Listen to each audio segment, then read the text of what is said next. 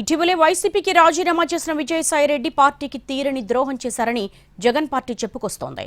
ఈ క్రమంలో ఆయన టీడీపీ అధినేత చంద్రబాబుకు అమ్ముడుపోయారని వైసీపీ అధినేత జగన్ అన్నారు. దీనికి సంబంధించి వైసీపీ ఇప్పుడు ఓ వీడియోను ఎక్స్లో పోస్ట్ చేసింది.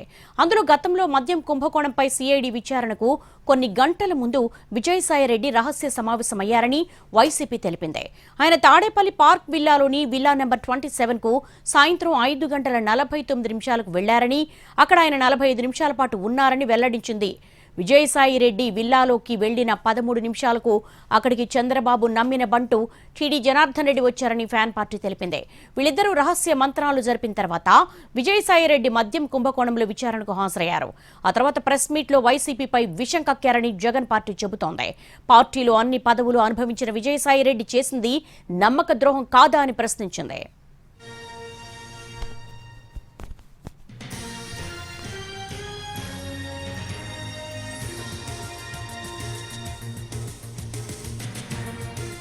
ఇటీవలే వైసీపీకి రాజీనామా చేసిన విజయసాయిరెడ్డి పార్టీకి తీరని ద్రోహం చేశారని జగన్ పార్టీ చెప్పుకొస్తోంది. ఈ క్రమంలో ఆయన టీడీపీ అధినేత చంద్రబాబుకు అమ్ముడుపోయారని వైసీపీ అధినేత జగన్ అన్నారు. ఇప్పుడు ఎక్స్లో ఒక వీడియోను పోస్ట్ చేశారు. దీనికి సంబంధించి మోర్ డీటెయిల్స్ మా ప్రతినిధి ప్రసన్నను అడిగి తెలుసుకుందాం. ప్రసన్న, టీడీపీ నేతలతో రహస్య మంతనాలు చేశారని ఒక వీడియోను ఎక్స్లో పోస్ట్ చేశారు. ప్రస్తుతం వైసీపీ నుంచి దీనికి సంబంధించి ఎటువంటి చర్చలు నడుస్తున్నాయి?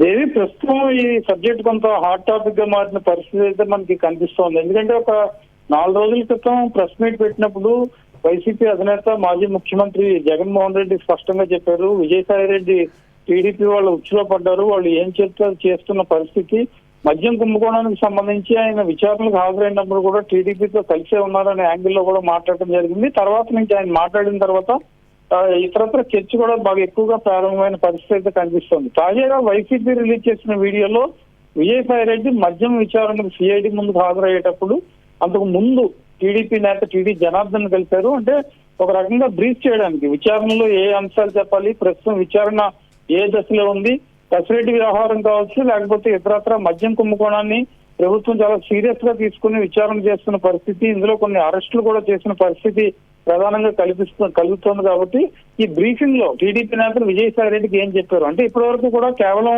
విజయసాయిరెడ్డి ఒక అప్రూవర్ గా మారిపోయారు. విజయసాయిరెడ్డి అప్రూవర్ గా మారిపోయి కొన్ని పేర్లు చెప్పడం వల్లే టీడీపీ ముందుకు వెళ్తుంది అనే భావన కలిగింది. అయితే తాజాగా జగన్మోహన్ రెడ్డి ఆరోపించడం, ఆ తర్వాత ఒక వీడియో సీసీ ఫుటేజ్ రిలీజ్ అవడం, ఆ సీసీ ఫుటేజ్ లో చాలా స్పష్టంగా విజయసాయిరెడ్డి టీడీపీ నేతలను కలిసి మాట్లాడడం, ఇదంతా కూడా సీసీ ఫుటేజ్ వెహికల్ ఇదంతా కూడా రిలీజ్ చేసిన వీడియోలో చాలా స్పష్టంగా కనిపిస్తోంది. దీంతో పాటు జగన్మోహన్ రెడ్డి 4 రోజుల కింద మాటలు రెండు కలుపుకుంటే కనుక చాలా స్పష్టంగా విజయసాయిరెడ్డి ఇప్పుడు టీడీపీ హ్యాండ్స్ లో ఉన్నారన్న ఒక విషయం బయటపడుతోంది. ఈ కారణాల వల్ల దీని మీద ఫర్దర్ గా మరి విజయసాయిరెడ్డి ఏ రకంగా స్పందిస్తారు? యాక్చువల్ గా అయితే మొన్న మాజీ ముఖ్యమంత్రి జగన్ కామెంట్ చేసిన తర్వాత విజయసాయిరెడ్డి స్పందించాలి, ఎందుకంటే టీడీపీ దగ్గరగా ఉన్నారు, టీడీపీ ఉచ్చులో ఉన్నారు అనడానికి.